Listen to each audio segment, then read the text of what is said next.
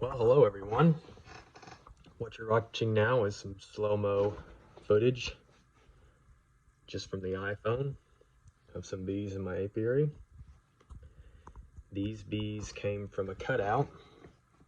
I took them from a wall of a second-story apartment in Tulsa, Oklahoma. They were in a 6-inch wall,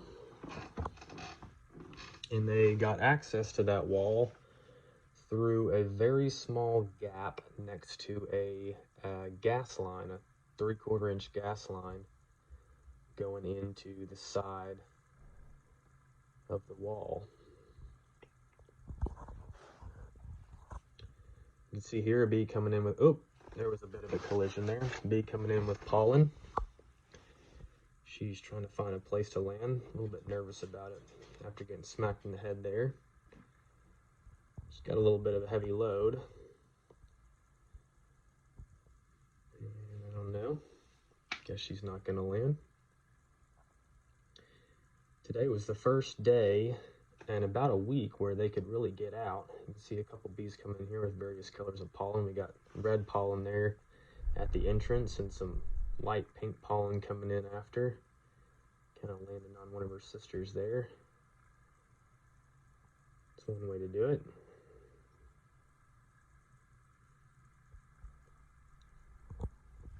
I'm going to try to do a voiceover. If you're hearing this, I guess I figured it out.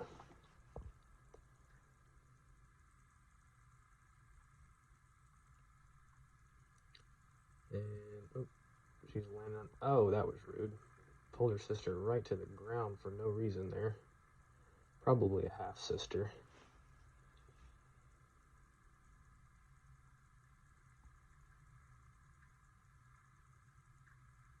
There's more of that red pollen.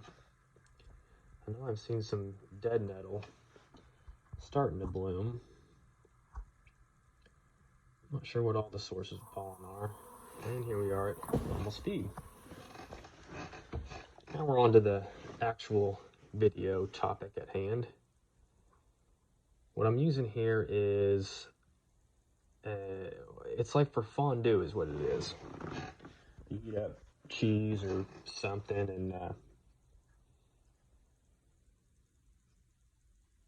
cook things in the pot there. But I'm using it to heat up water. And I'm going to take my wax and put it in a second pot and then suspend that in the water. That's going to keep the wax from overheating in like a one specific spot. Give it a nice even heat on the second pan. Now this is some pretty low grade wax that I'm using for this video. But I need to use it for something. And I figure I may use this mostly for lining the walls of swarm boxes and that sort of thing. Here I'm just showing you the adjustable temperature control on this particular pot. That's why I kind of like it for this.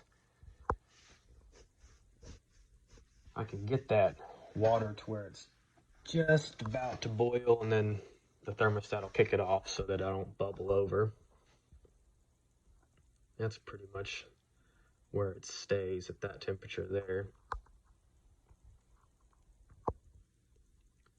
And I'm probably not going to wait for all that stuff to melt, but I'm going to show you this container. Now you can use a deodorant container that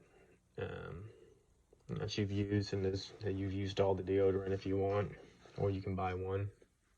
This is just a syringe. It sort of works for what we're doing. And here I'm just crimping and heating a straw, just a regular drinking straw. And we're going to put this over the screw in the middle of our deodorant container. The particular screw in this one is kind of oblong, so that won't work for wax. Now we're going to fill our deodorant container. Simply pulling back the syringe and then pushing the wax into the container.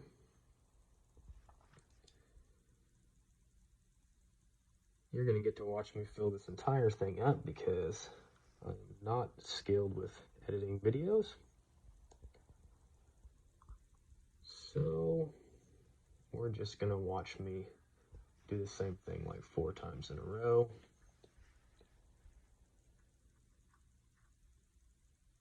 Part of the reason for the voiceover is I've got a string going in the background there, as you can see, so didn't really want to pause the stream to do this little task here. I like doing things in the shop with some type of YouTube media going on in the background.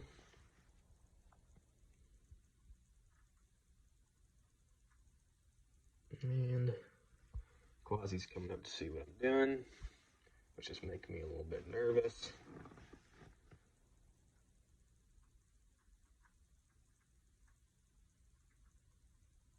And I'll move that cat out of the way.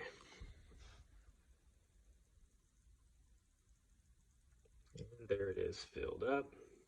I'm sure you can imagine what that looks like, but I'm going to show you anyway. Here I'm just going to show you guys a couple potential uses for this hack. Here I'm going to spend an exorbitant amount of time rubbing this onto this board.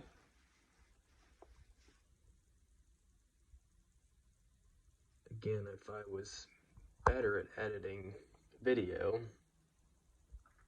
I could probably just skip to where this was coated in wax, but that's not what we're going to do today. We're just going to watch me rub this wax on this. That should be good enough. Well, I'm going to keep going. Okay, that's good enough. That's what it looks like. And what we're using this for is coating the inside of that plywood so that it will smell good to scout bees that might be looking for a new home. And what I'm doing now is struggling to open a plastic container that I saved from some screws, so I had to get a knife. Again, if I was better at editing, you all wouldn't know I had trouble opening that container, but you do. Alright, that's just bits of propolis and smelly stuff I've collected out of hives and put in here for this purpose. Throwing that in the bottom. I want scout bees to think that bees have lived here before. I'm also going to bait this with lemongrass oil. See if I can get that back on there. This is just a bucket that I bought at an auction with some stuff. I think there was actually like a foam cutter inside of it. Here we are on the tree. That is a custom-made handle out of boat arc. That's optional. You can use any hammer for this task. There it is. It's bungeed down so the wind doesn't blow it out. Bees will be coming from somewhere over there. Here's another use. You can put wax on plastic foundation that is inserted upside down in frames. You can carry this in your bee suit. Kind of spruce up some foundation that was left from last year if you want. Here's what I normally do. Again, this looks like some foundation that's probably upside down in the frame there, but anyway, I like putting it on when it's melted. There you go, as you can see. Hope this was useful. This is the same sequence from the beginning of the video. So you can either watch this again or just end the video now. I appreciate you watching. Leave any questions or comments in the comment section down below, and if there's any specific type of video you'd want me to make, anything you'd want to see, go ahead and leave that in the comment section as well. Appreciate you watching. Thanks.